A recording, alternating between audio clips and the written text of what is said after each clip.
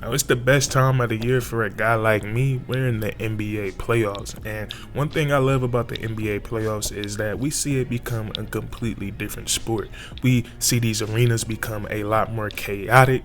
We see the games become a lot more intense. And we see guys defending at a much higher level. And also, one thing that we always hear, whether it's from these guys on these media TV shows or whether it's from former players, they always say at this time of the year in the NBA playoffs, the game of basketball, it is going to slow down. It's going to be a slower game that is going to be played in the half court, where one team has been defying that all playoffs long, and that's the Indiana Pacers. The way that these guys have been playing has been crazy. They've been playing every single game like a game 7, picking up full court, getting the ball up the court insanely fast. At first I thought it was something that seemed like some unsustainable chaos, but so far it's been the complete opposite. It's been a brilliant game plan that has been destroying the opponents of the Indiana Pacers so far in the 2025 NBA playoffs. And that's what we're going to be talking about in today's video. We're going to be breaking down this insane, refreshing game plan by the Indiana Pacers, and also how they're reminding us how dangerous a brilliant game plan can be. And when I look at the Indiana Pacers, the number one thing that stands out to me is how deep that they go into their rotation. Now, one thing I heard on the broadcast last night is that the Indiana Pacers so far in the postseason, they don't have a single starter going over 34 minutes per game. Now, that's pretty crazy. You look at all these other teams in the NBA, usually you having your best players play at least 42, 44 minutes per night. A lot of guys don't get that many breathers when it's time for the postseason. That's how much these coaches values these possessions in these games. They don't even want guys on the bench really coming into the game. So for the Indiana Pacers to be playing 8 to 10 guys each and every night and playing those guys at such heavy minutes, it says a lot about how much they believe in their second unit and how much they believe in their game plan. So what this allows, and that's what's so fascinating about this, because this 10-man rotations, it gives this game plan right here so many layers. And when you're facing the Indiana Pacers, you're accounting for so many different things. So what this allows them to do in the playoffs, it allows them to be a lot more fresher than their competition, especially with a team like the New York Knicks. Now, how we just said that the Indiana Pacers will have a single starter playing under 34 minutes per game, or over 34 minutes per game, the New York Knicks don't have a single starter playing under 35 minutes per game. So we look at what the Indiana Pacers have been liking to do so far in the playoffs. These boys are picking up full court almost every single possession. Now, this right here is important for so many reasons, because I want to take their opponents, the New York Knicks, and I want to compare these two teams again, because when we look at their style of play, as far as what they do offensively, it's completely different. We talked about how the Indiana Pacers, so far, they've been the fastest team by far.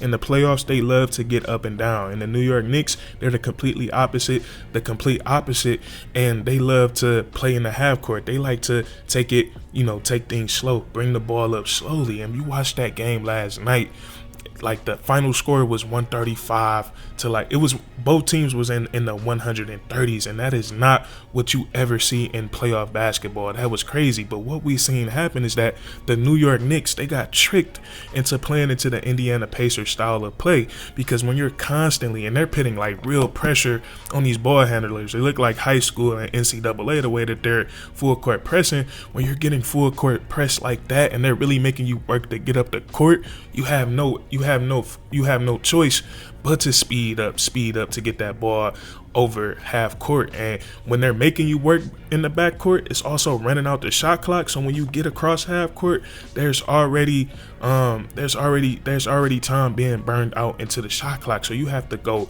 even faster to get a quality shot up. So that's speeding the game up right there, which plays into the Indiana Pacers.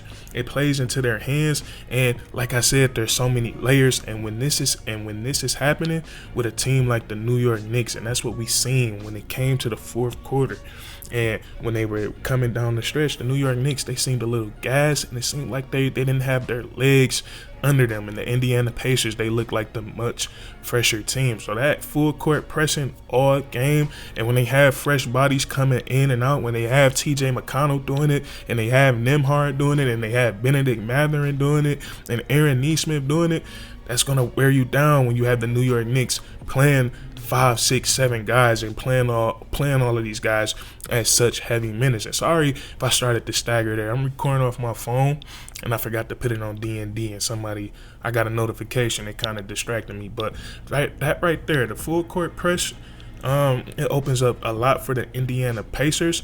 And then we look at the other side of this elite game plan, the offensive side of the ball. With the Indiana Pacers, what they're doing is very simple. They're getting that ball up the court as quick as possible, and their goal is to not let your defense get set. They're going to keep getting early offense and putting relentless pressure on you, and they just have the perfect personnel to play this style of offense that they're playing. And then also they have the head coach who has put a perfect game plan together for these guys. And then we look at the offensive engine. We look at Tyrese Haliburton. Oh my God, is this guy so good? And with Tyrese Haliburton, he had such a fantastic year last year, and then he got off to a slow start this year, and people was waiting to pounce on him. But if you look at Tyrese Haliburton's game log, the second half of the season, from like post All-Star game to the end of the season, he snapped in just about every single game. And the Indiana Pacers were one of the best teams in ball during that span. But his assist to turnover ratio in that span was absolutely insane. But they have a crazy offensive engine who does get a lot of unfair criticism. I don't know what it is with Tyrese Haliburton, but nonetheless, he is the guy you want running your show in today's NBA. He's the perfect modern guard. He has good size. He can score the basketball, and he's an elite table setter. And you have all of these weapons around him. Miles Turner, he's just about as good as you're gonna get when you're not an NBA All-Star. He is like right at that barrier beneath an NBA All-Star.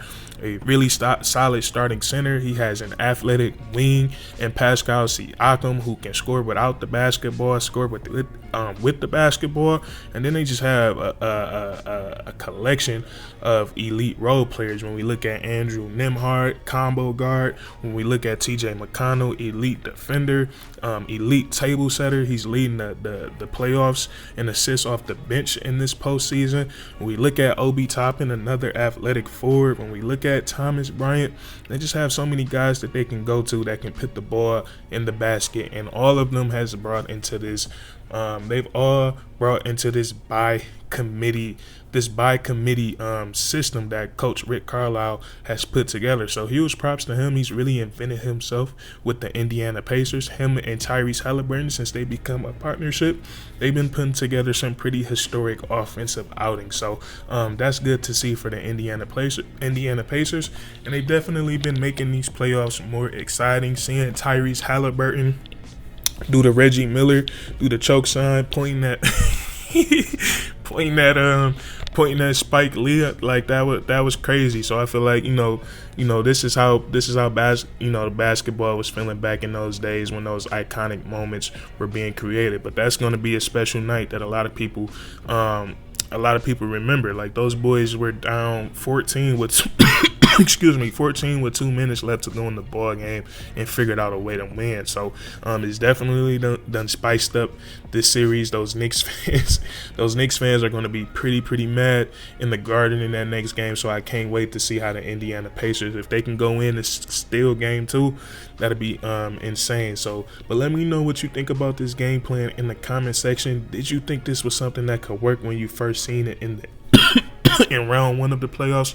So sorry, man, my throat is dry right now. And if you enjoy it, please leave a like, comment down below if you agree or disagree, and then subscribe for more weekly content. We do this all the time, man. And that's curtains. Gotta go get